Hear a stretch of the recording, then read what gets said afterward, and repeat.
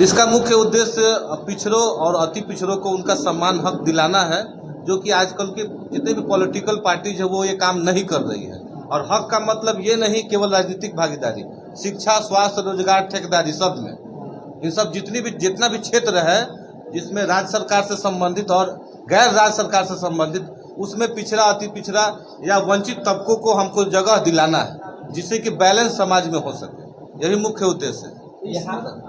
यहाँ में 65 पर आरक्षण लागू हुआ, उसको सुप्रीम कोर्ट में बात चल रहा है, और एक तरफ केंद्र सरकार की नीतियों का आउटसोर्सिंग हो रही है, नौकरियां खत्म हो रही है, क्या करिएगा सरकार? इसका हम लोग राष्ट्रीय अध्यक्ष हमारे हैं, जवाब देंगे। देखिए, जैसा आपने 65% का जिक्र किया, तो आपको ज्ञात होगा कि राष्ट्रीय ओबीसी मोर्चा बिहार 65% आरक्षण को नवीन अनुसूची में शामिल करवाने की मांग को लेकर के हम लोग पटना गर्दनी बाग में वहाँ पर उपस्थित थे, धरने स्थल पर हम लोग बैठे हुए थे। बिहार की जो एनडीए की सरकार है, तो तब के जो हमारे मुख्यमंत्री नीतीश कुमार जी के द्वारा जो आरक्षण देने का 65% आरक्षण देने का जो काम किया गया था, उसके बावजूद जब वो पलटी मार जाते हैं, उसके बाद में होता क्या है कि उस कहानी को थोड़ा सा समझिएगा, विस्तार से मैं बताने का प्रयास करूंगा कि उसको पटना हाई कोर्ट में चुनौती दिया जाता है, वहाँ से खारिज हो जाता है, सुप्रीम कोर्ट में चुनौती दिया जाता है, वहाँ खारिज कर दिया जाता है, और उसके बाद जब इनकी सरकारें बनती है, जब ये भाजपा के साथ चले जाते हैं, तब जाकर के असली खेला समझ में आता है कि ये उनका जो आरक्षण जो देने का जो 65% आरक्षण जो देने का जो उनका जो सिस्टम था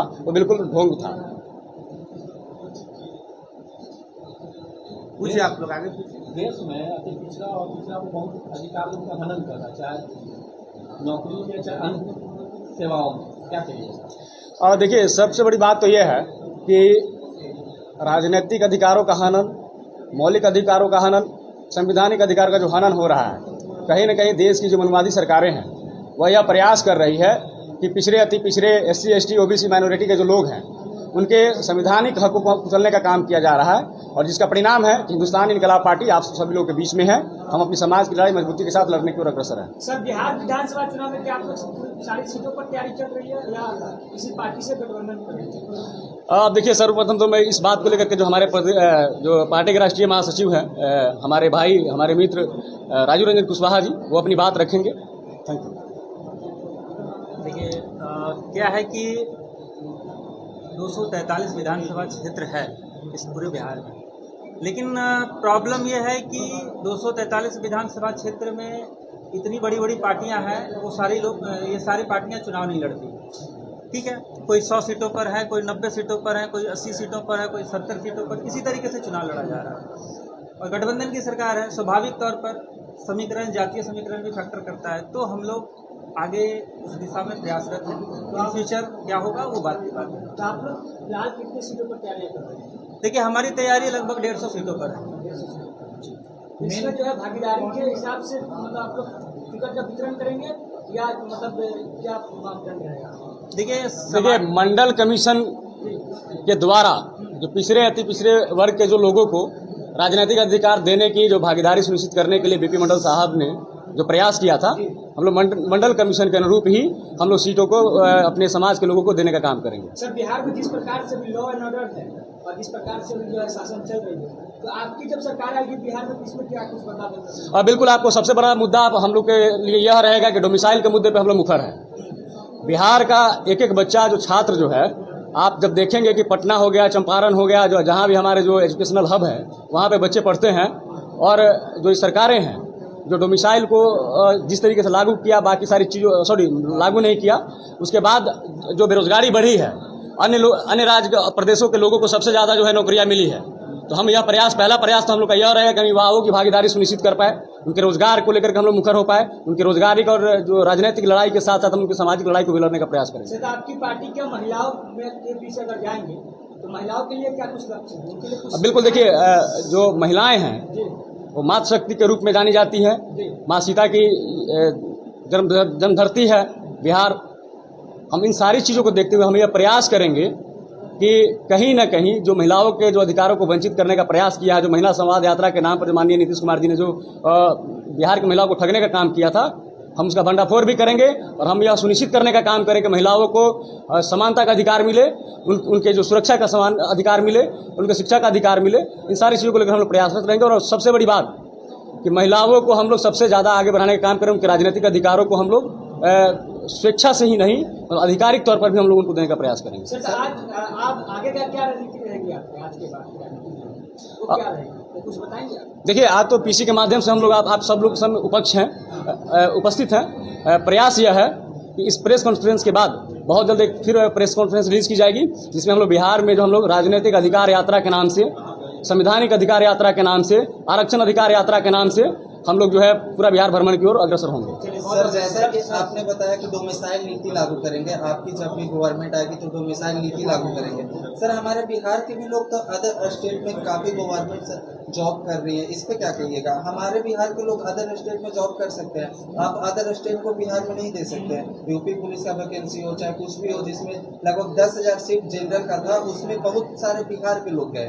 इस पे आप क्या कहना चाहिएगा सर? देखिए, उसमें एक चीज़ और मैं आपको बता दूं कि जब हमारे यहाँ के जो लोग अन्य स्टेटों में गवर्नमेंट जॉब में जाते हैं तो उनके लिए बिहार के जो युवाओं के लिए वहाँ पे क्राइटेरिया डिसाइड किया गया हुआ है उन सरकारों की तरफ, उनको कुछ प्रतिशत ही मतलब वो दिया जाता है। कैटेगरी में आते हैं, अदर स्टेट वाले भी बिहार में अगर आते हैं जनरल कैटेगरी में। देखिए, वो संविधानिक एक पहलू है, उसको हम लोग पुनः देखने का प्रयास करेंगे। नहीं, मैं इस पर बात रखता हूँ। बिहार में पलायन बहुत बड़े मुद्दा है, इसको लेकर आपकी पार्टी और आपकी माननीय सरकार आई। एक सेकंड डोमिसाइल को इसका जवाब। देखिए, डोमिसाइल वाले मैटर पर मैं आपको बेहतर तरीके से बताता हूँ। क्या हालात हैं ये बच्ची आपको बताएंगे। आप इधर आ जाइए, आइए एकदम, आप अपना परिचय दीजिए और आप बताइए कि आप क्या करती हैं। सर्वप्रथम तो मैं यह चाहूँगा कि हमारे आदरणीय एस.के. गांधी भैया और हमारे जो राष्ट्रीय उपाध्यक्ष हमारे जो है कृष्णनंद वंशी जी, वो यहाँ पे उपस्थित है, भरत भाई उपस्थित है, कुणाल जी उपस्थित हैं। हम सभी लोग चाहेंगे, हमारे जो लीगल सेल की जो टीम है, हमारे एडवोकेट साहब हैं, प्रमोद यादव जी बैठे हुए हैं यहाँ पे, ये सभी लोग मिलकर के इस बच्ची को सम्मानित करने का सर्वप्रथम काम करेंगे। उसके बाद में आप लोग इस बच्ची से सवाल भी कर सकते हैं और बाकी इन चीज़ों को बच्ची अपनी बात जो है आपके माध्यम हम लोगों के माध्यम से आपके सामने रखने का प्रयास करिए। बेटा, आप अपना एक बार परिचय दे दीजिए और आप क्या करती हैं वो बताइए। मैं राधा कुमारी वैशाली जिला के जंदा प्रखंड के रहने वाली हूँ। मैं अपने गांव में बाबा साहेब भीमराव अम्बेडकर के कोचिंग सेंटर के नाम से चलाती हूँ। वहाँ पे मेरे पास 35 बच्चे हैं जो निःशुल्क शिक्षा पढ़ते हैं। अभी हाल फिलहाल में 10 बच्चे जो 9th में गए हैं, 8 से 9th में गए हैं, वो 9th में एडमिशन करवाए हैं। तो मैं 8th तक पढ़ाने का काम करती हूँ। मैं आगे इतना मेहनत करना चाहती हूँ ताकि मेरे यहाँ बच्चा 10th तक पढ़े और आगे अपना भविष्य सुधारे। आप ये चीज़ कैसे है मन में कि बच्चे कौन पढ़ा? जब हम 8th क्लास में थे तो उस समय हम देखे कि हमारे गांव के बच्चे इधर उधर टहल रहे थे, तो हमने सोचा कि जब हम स्कॉलरशिप पैसा मिला स्कूल में तो हम सब गांव के बच्चे को बुलाए, इकट्ठा किए और समझाए कि तुम लोग मेरे यहाँ पढ़ने आओगे तो मैं तुम लोगों को कॉपी कलम दे दूँगा। तो सब बच्चे मेरे यहाँ आए और तब से मैं पढ़ाने लगी। लगभग 5 वर्षों से मैं पढ़ाती हूँ। आप एक चीज़ और समझिए, बच्ची थोड़ा सा घबराई हुई है। आप समझ सकते हैं कि आप इतने लोगों के बीच में इनके लिए बोलना कितना मतलब समस्यापूर्ण होगा, हम लोग समझ सकते हैं। मैं एक चीज़ और मैं आपको जोड़ दूं कि ये खुद जो है 11th की छात्रा हैं, 12th पास कर चुकी हुई हैं। राधा कुमारी इनका नाम है। और आप शिक्षा का स्तर यह देखिए कि इनके घर से जस्ट बगल में स्कूलें चलती हैं। अन्य जो इनके जो प्रखंड है और बिहार के आप तमाम जो सरकारी गवर्नमेंट स्कूल है उसको आप देखने का प्रयास करेंगे तो आप ये समझने का प्रयास करिए कि गवर्नमेंट स्कूलों में सबसे ज़्यादा जो है गरीब गुरबे समाज के बच्चे पढ़ते हैं। जहाँ SC ST वर्ग, OBC वर्ग, अति पिछड़े वर्ग के बच्चे पढ़ने का प्रयास करते हैं। लेकिन आप स्कूल का जो कंस्ट्रक्शन है उसको देख लीजिए, आप उसके यहाँ